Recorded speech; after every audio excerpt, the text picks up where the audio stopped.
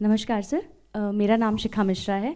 हमारी जो युवा पीढ़ी है और जो आने वाली पीढ़ियां हैं, हमने श्री राम की और सनातन धर्म की एक अलग ही परिभाषा बनाई हुई है। आजकल वो जय श्री राम सुन के और मूवीज़ वगैरह देख के, तो आपसे मैं जानना चाहूँगी कि हमारे लिए कौन सा सही तरीका होगा जिससे हम प्रभु राम को जान पाएँ जो प्रभु श्री राम हैं। देखिए, जो आपने बात कही वो सही बात है। मूवीज़ में एक इमेज बनी हुई है कि टीका लगाए, कंठी माला पहने और धोती कुर्ता पहने व्यक्ति विलेन ही होगा, ये तय मान लीजिएगा। और इतना ही नहीं, धर्माचार्य तो धूर्त होगा। इतना ही नहीं, प्रोफेसर मजाक का पार्ट होगा। पढ़ने लिखने वाला छात्र बेवकूफ होगा, वो चतुर महालिंगम होगा। और क्लास बंक करने वाला इंटेलिजेंट होगा। पॉकेट मारने वाला व्यक्ति जो होगा वो तो उदार होगा, क्योंकि वो चोरी करके बांट रहा होगा। ठीक। और जो बिजनेसमैन है या जो नौकरी कर रहा वो बेवकूफ टाइप का दिखाया जाएगा, वो जिंदगी की दौड़ में पिछड़ता दिखाया जाएगा। अरे बहुत सारी चीजें दिमाग में भरी गई हैं फिल्मों में। ये बताइए, ये फौजी के डिसिप्लिन का मजाक उड़ेगा। हर हिंदी फिल्म में साउथ इंडियन मजाक का पार्ट होगा।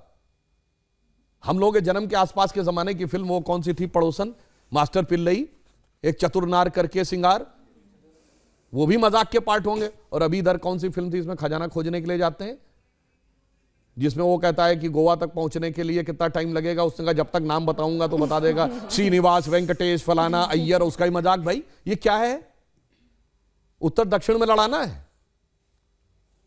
हर फिल्म में सरदार मजाक का पार्ट होगा।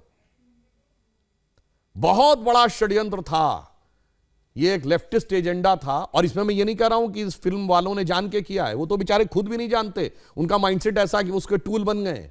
तो नई पीढ़ी ने तो बहुत कुछ ऐसा ही देखा है और ये बड़े करीने से उसके दिमाग में बैठा दिया गया है। अरे भाई, हम लोग भी बच्चे थे तो ऐसी बात रहती थी, बाबा आ जाएगा, झोली बाबा पकड़ के ले जाएगा, तो मतलब वो दाढ़ी वाला बाबा ही झोली होगा। और मैं किसी के प्रति अवमानना नहीं करना चाहता, मगर एक बात बताइए, कभी किसी मौलवी को नेगेटिव रोल में दिखाया गया हो तो बताइए।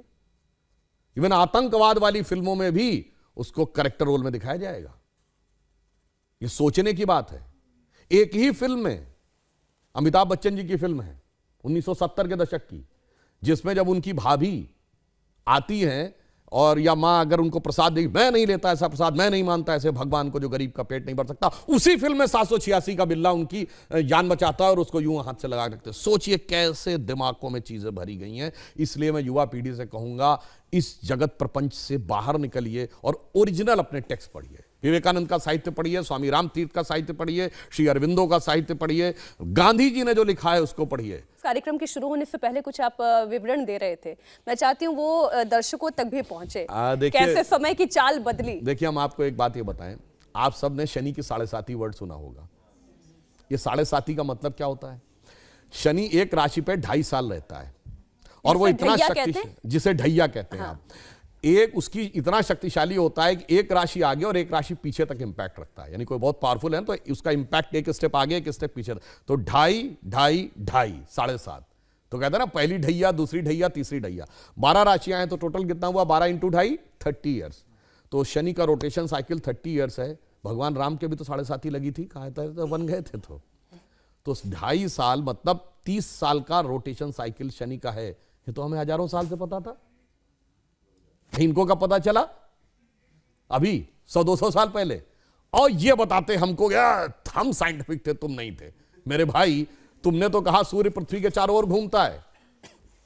और मजे की बात जानते क्या है? गैलीलियो ने कहा 1633 में कि सूर्य पृथ्वी के चारों ओर घूमता है। यह गलत है, पृथ्वी सूर्य के चारों ओर घूमती है। तो उसको कह दिया गया कि तुम्हारी मौत की सजा दे दी जाएगी। उसने माफी मांगी, उसको अपराधी चर्च का घोषित किया गया। चर्च का अपराधी। और वो चर्च के अपराधी की श्रेणी में जानते कब तक रहा है? 1992 तक। पोप जॉन पॉल II ने उसका नाम हटवाया। वरना जिस जमाने में स्पेस में सैटेलाइट पहुंच गया, आदमी 69 में चांद पे पहुंच गया, और तब तक वो इस बात के लिए दोषी था, मगर कोई नहीं कहता उनसे कि आपके धर्म में कोई आपत्तिजनक बात लिखी हुई है, इसे हटाने की आवश्यकता है। मगर जहां सबसे साइंटिफिक बातें लिखी हैं, वहां पे लोग कहते हैं कि इसमें हटाने की आवश्यकता, उसको हटा। इस षड्यंत्र को समझना चाहिए।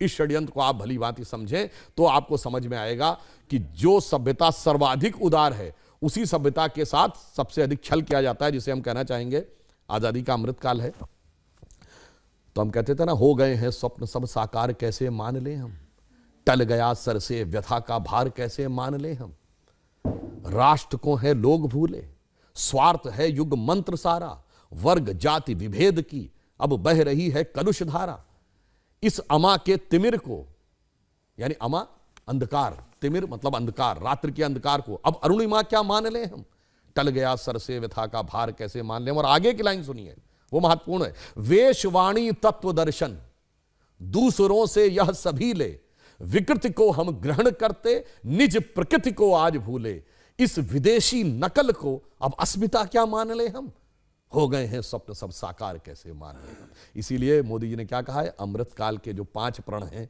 उनमें पहला है भारत को विकसित राष्ट्र बनाना है, दूसरा है गुलामी की मानसिकता के हर प्रभाव से अपने को मुक्त करना है, और तीसरा है अपनी विरासत पे गर्व करना है। इसीलिए गुलामी की इस मानसिकता से बाहर निकलिए तो नया भारत दिखेगा, जिसके लिए हम कह सकते हैं कि स्वप्न देखा था कभी वो आज हर धड़कन में है और एक नया भारत बनाने का इरादा मन में है।